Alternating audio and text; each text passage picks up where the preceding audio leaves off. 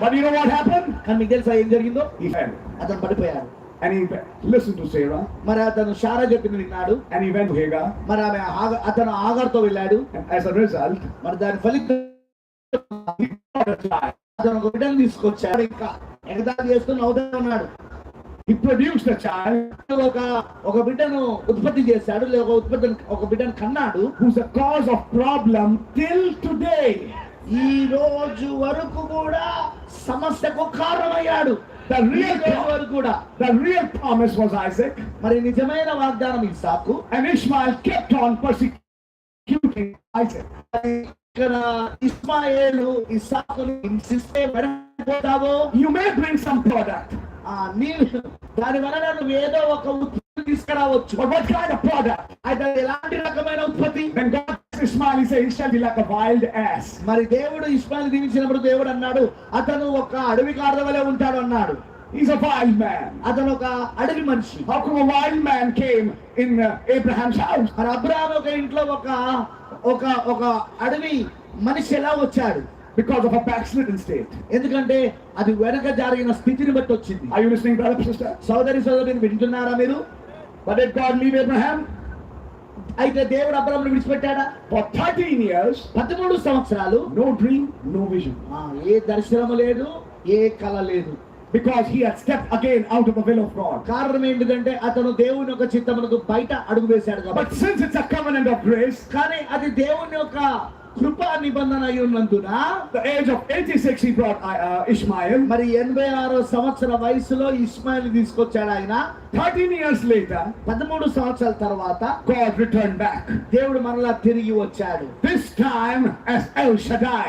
ఈసారి ఆయన ఎల్ షడాయిగా వచ్చాడు. And what did he tell Abraham? మన అబ్రహాముతో ఏం చెప్పాడు? Walk before me, నా ముందు నడువుము, and be thou perfect. మరి పరిపూర్ణుడిగా ఉండుము.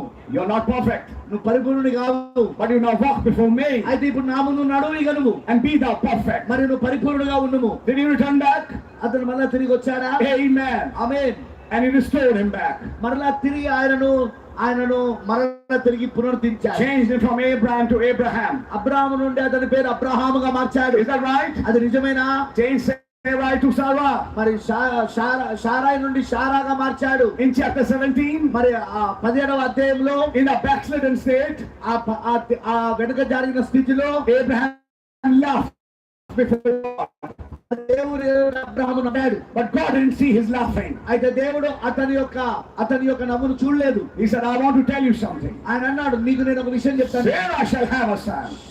షారా ఒక కుమారుని కంటది. And you shall call his name Isaac. మరి అతను ఇస్సాకు అని పిలుస్తావు. Second backsliding. అది రెండవసారి వెనక comes his third backsliding, and that's my main subject today. మరి మూడవసారి వెనక జారుట జరిగింది. ఇది నా ప్రాముఖ్యమైన అంశమై ఉన్నది నేను చెప్పాలనుకుంటున్నాను. Where does he backslide the third time? మూడవసారి ఆయన ఎక్కడ వెనక జారిపోయాడు? Please open your Bibles. దయచేసి మీ పరిశుద్ధ గ్రంథం తెరవండి. Let's turn to Genesis 20. 20వ అధ్యాయం తిరుపుదాం మనం. ఆదికాండం. This is the third backsliding of Abraham. Abraham యొక్క మూడవసారి వెనక జారుట ఇది. In the previous 2 times, ముందు 2 సార్లు, after some time, వెనక జారింది. And Abraham, అక్కడ నుండి అబ్రహాము దక్షిణ దేశమునకు wife, she's my sister. And Abimelech, now this is not fair. Abimelech, king of Gerar, sent and took Sarah.